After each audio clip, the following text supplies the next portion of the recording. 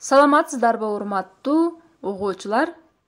Сиздер менен кайрадан Гапыр Мадаминов агайыбыздын Ата-энелер сиздер үчүн китебиндеги бүгүнкү өтүлүүчү темабыз менен таанышалы.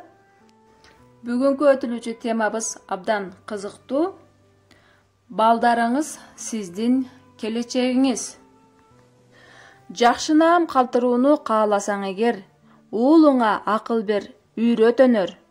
Уулуңду эркелетип өстүрүү ката, андайлар турмушта көрөт көп жапа.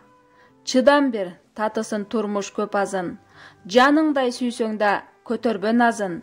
Жашынан адеп, илим, өнөр бер, жакшылыкка үйрөт, жамандан кайтар.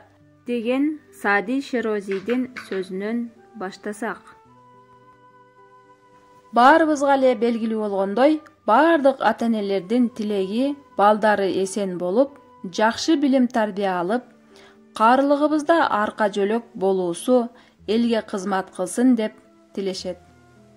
Чындыгында азыр 30-35 жаштагы ата-энелердин 20-30 жылдан кийинки келечеги бүгүнкү мектепте окуп жаткан балдарынан көз каранды. Ал эми алардын дени соо, билими бышык, боорукер, адамгерчиликтүү болсо, мектепти жакшы бүтүрүп, жогорку билимдүү адис болсо, эч болбосо мектептен алган билими менен ак ниет, чынчыл, эмгекчил, кушпейил адам болсо, бул биздин бактылуу, үзүрлүү каарлыгыбыз. Биз балдарыбыздын келечегин материалдык жактан камсыз кылууга кайсы даражада аракет кылсак да, аларды таалим, тарбия жагынан камсыз кылууга ага караганда 4-5 эсе көп аракет кылуубуз керек. Себеби байлык бул колдун кири деп айтылат элибизде. Албетте азыркы заманда байлыктагы керек. Атадан бай мурас алып кийин анын кадырын билбей ысырап кылып, кембагалдашып калган же мал дүйнөгө берилип, адамгерчиликти унутуп, акча, пул деп ошону эле ойлонуп калган адамдар дагы болушу мүмкүн. Ошондуктан урматтуу ата-энелер, мейли балдарыңыздарда акча, пул да болсун, бирок эң башкысы эгер сиз алар үчүн бактылуу келечек, өзүңүз үчүн үзүрлүү каарлыкка аракет кылып, тилек кылсаңыз, анда алардын мектептен жакшы билим тарбия алуусуна, асыл сапаттуу адам болушуна кам көрүңүз. Эң кымбат, соолугус байлык, мурас бул жакшы тарбиялагандыкы деп айтышат акылман карыяларыбыз, элибиз. Албетте балдарыбыз асыл сапаттуу адам болуусуна биз туура тарбия берүүбүз керек. Урматтуу угармандар, мына ушул темага улай, туура тарбия деген дагы кыскача теманы улай кетсек, Турмуш сабактары 3-чү китебинен 72-чи беттеги окуя. Бир айылда бир кардырлуу акылман карыя жашай турган. Ал балдарды өтө жакшы көргөндүктөн дайым алар менен ойноп, аларга ар кандай белектерди бере турган.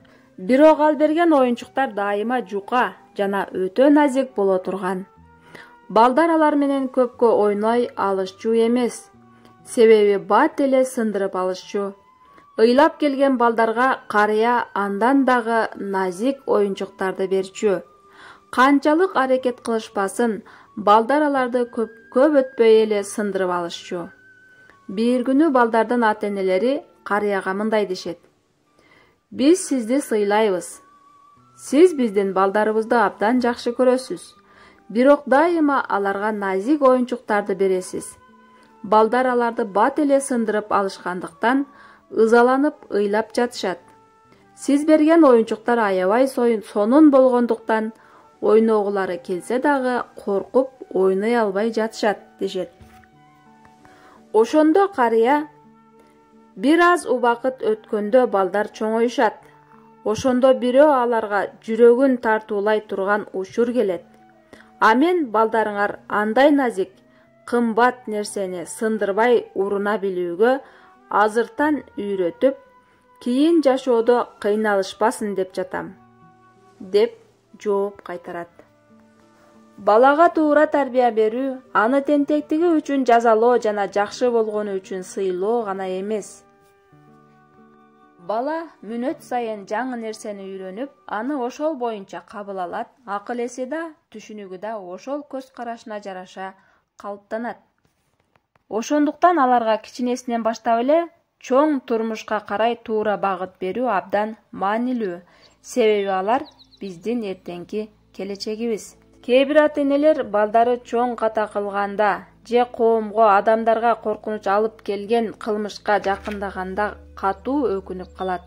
Учурунда бала тарбиясынын жоопкерчилигин сезбегенин түшүнөт. Ошон үчүн мындай абалдын алдын алуу, бала тарбиясына акылмандык, жоопкерчилик менен мамиле кылуу зарыл. Үй бүлөнүн, ата-эненин коомго кошкон чоң салымы жакшы инсандарды тарбиялап коомго берүү деп улуу жазуучубуз Чыңгыз Айтматов айткан сөздөрүн айта кетпесек болбос. Демек, урматтуулар, биз балдарыбыздын келечегине материалдык жактан камсыз кылууга канчалык аракет кылсак, ал эми таалим-тарбия жагынан 4-5 эсе көп аракет кылуубуз керек экен. Көңүл бурганыңыздарга чоң рахмат. Сиздер менен мен, Абдикамалова Айпери Оразалиевна болдум.